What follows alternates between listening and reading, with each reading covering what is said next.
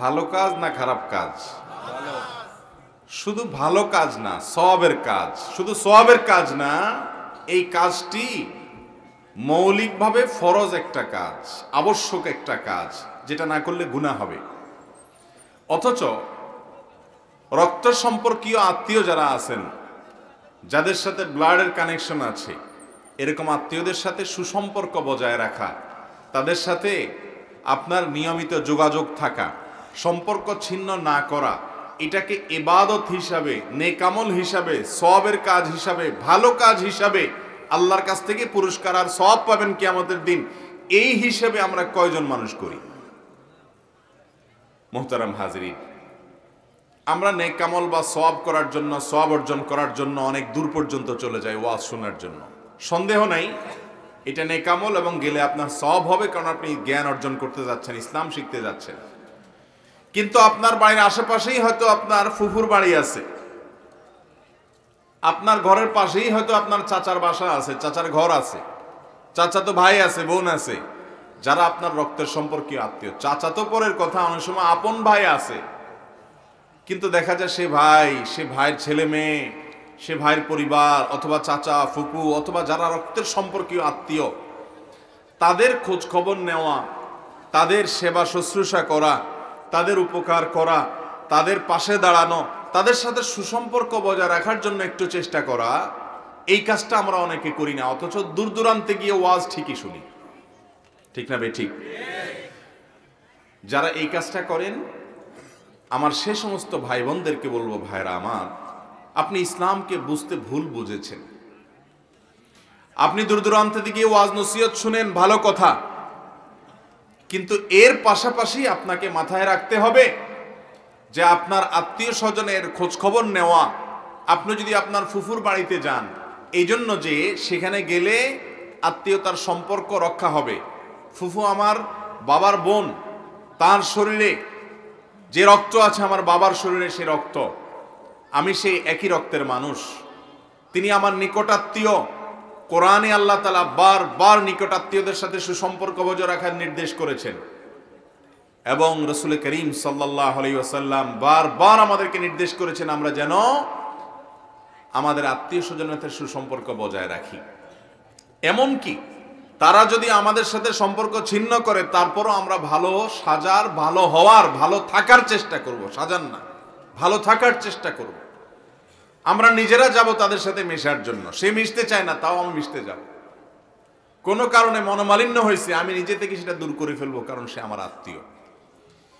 এই কাজটাকে আমরা সওয়াবের উদ্দেশ্যে খুব কম মানুষই করি অথবা জানি।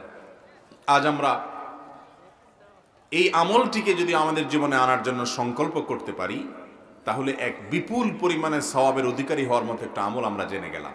সেটা হলো আত্মীয় স্বজনের সাথে সুসম্পর্ক বজায় রাখা। নবী করিম সাল্লাল্লাহু আলাইহি সাল্লামের কাছে এক সাহাবী এসে বলেছেন, ইয়া রাসূলুল্লাহ, আমার আত্মীয়র সঙ্গে আমি ভালো থাকতে চাই, কিন্তু সে আমাকে ভালো থাকতে দেয় না। সে তো আমার সাথে উল্টা বরং খারাপ আচরণ করে, আমার সাথে সে ঝগড়া বিবাদ লাগায় দেয়, গ্যাঞ্জাম ফাসাদ লাগায় দেয়, খোঁচাখুচি করে আমাকে, আমি ভালো থাকতে চাইলেও সে ভালো থাকতে দেয় না। নবী করিম সাল্লাল্লাহু আলাইহি সাল্লাম তখন বলেছেন, লাইসাল ওয়াসিলু বিল মুকাফি, লাইসাল ওয়াসিলু বিল মুকাফি। আত্মীয় স্বজন তোমার সাথে ভালো আচরণ করে, বিনিময়ে তুমিও ভালো আচরণ করো। সে তোমার বাচ্চার জন্য একটা হাদিয়া দিল, উপহার দিল, তুমিও তার বাচ্চার জন্য একটা উপহার দিলা। ঈদের সময় সে তোমার বাচ্চাকে সালামি দিল, এরপরে তুমিও তার বাচ্চাকে সালামি দিলা। এটা আত্মীয়তার সম্পর্ক রক্ষা করা নয়, এটা হলো বিনিময় দেওয়া। এটা তো যে কোনো মানুষের ক্ষেত্রে প্রযোজ্য। একজন অপরিচিত মানুষও যদি আমার সাথে সুন্দর আচরণ করে, বিনিময়ে আমিও তার সাথে সুন্দর আচরণ করব। হাল জাযাউল ইহসান ইল্লাল ইহসান, ইহসানের বিনিময়ে ইহসান, এটা তো সবার সাথে করতে হবে। তাহলে তোমার রক্ত সম্পর্কে আত্মীয়, তার সাথেও যদি তোমার একই ধরনের রিলেশন হয়, যে সে ভালো থাকলে তুমি ভালো থাকবা, সে ভালো আচরণ না করলে তুমিও করবা না, তাহলে তোমার আত্মীয় হইল কোত্থেকে? সে যদি খারাপ আচরণ করে, তাহলে সে আল্লাহর কাছে অপরাধী হবে, গুনাহগার হবে। কিন্তু তোমার দায়িত্ব হলো এরপরও তুমি তার কাছে মোহাব্বতের, ভালোবাসার বার্তা নিয়ে যাবে, তার উপকার করার চেষ্টা করবে। তিনি ভুল বুঝছেন, ভুল করছেন, তুমি সঠিকটা করার চেষ্টা করবে। তাতে তোমার দাম যদি একটু কমে যায় কমে যাক। তোমার যদি একটু মর্যাদা মনে হয়েছে যে কমে যাচ্ছে, শয়তান তোমার মধ্যে ইগো তৈরি করছে, তাহলে সেগুলোকে পাত্তা না দিয়ে তুমি ভালো কাজে অগ্রসর হবে।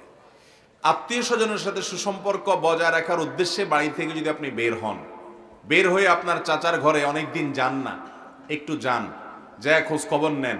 অনেকদিন চাচাতো ভাইটার সাথে কথা হয় না, একটু ফোন দেন, ভাই কেমন আছো, কি হাল অবস্থা।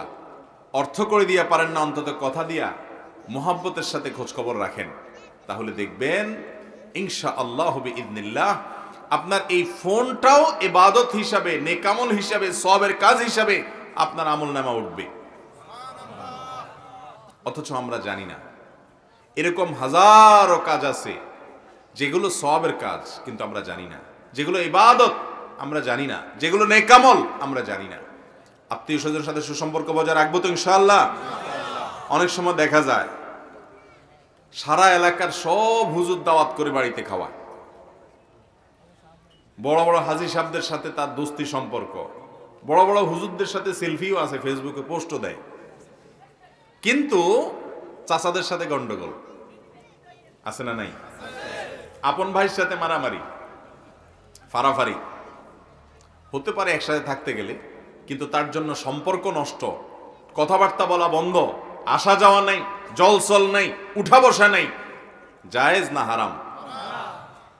নবী করিম সাল্লাল্লাহু আলাইহি সাল্লাম বলেছেন, লা ইয়াদখুলুল জান্নাতা কাতি', যে ব্যক্তি আত্মীয়ের সাথে সম্পর্ক ছিন্ন করে সে ব্যক্তি জান্নাতে যাবে না। No entry. জান্নাতে কিছু লোকের জন্য নো এন্ট্রি, প্রবেশাধিকার নাই।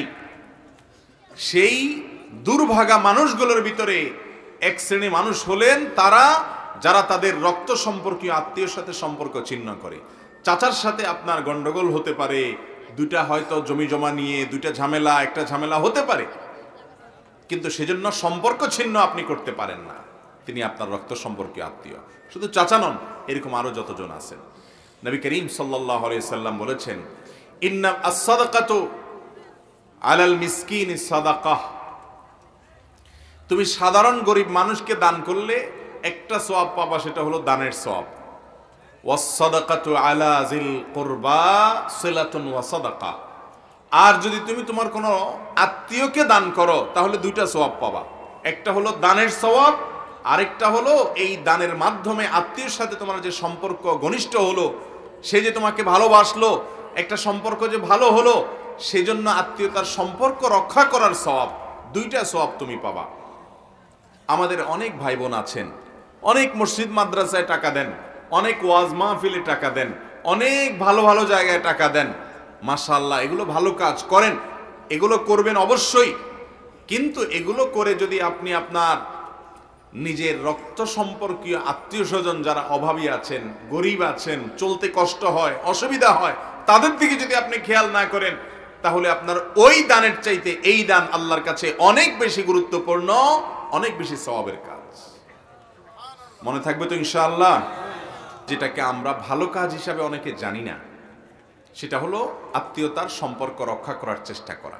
আত্মীয়র বাড়িতে গেলেন শুধু সওয়াবের উদ্দেশ্যে, একটু ফোন করলেন সওয়াবের উদ্দেশ্যে, একটু হাসি মুখে কথা বললেন সওয়াবের উদ্দেশ্যে, নিজের ইগোকে, জেদকে মাটি করে দিলেন। শয়তান জেদ তৈরি করবে যে সে এটা বলছে, আমি কিভাবে তার বাড়িতে যাই, সে এটা করছে, আমি কিভাবে তার সাথে সম্পর্ক ভালো করি। এগুলো সব ইবলিসের কাজ। আপনি ইবলিসের ইবলিসিকে ধ্বংস করে দিয়ে ওইটাকে পেছনে ফেলে আল্লাহকে খুশি করার জন্য অগ্রসর হয়ে যাবেন। চেষ্টা করব না আমরা ইনশাআল্লাহ? আল্লাহ তাআলা আমাদের সবাইকে আমাদের আত্মীয় স্বজনের সাথে সুসম্পর্ক বজায় রাখার যে ইবাদত, নেকামল, সওয়াব, সেটার বেশি থেকে বেশি আমল করে এই সওয়াবের ভাগীদার হওয়ার তৌফিক দান করুন।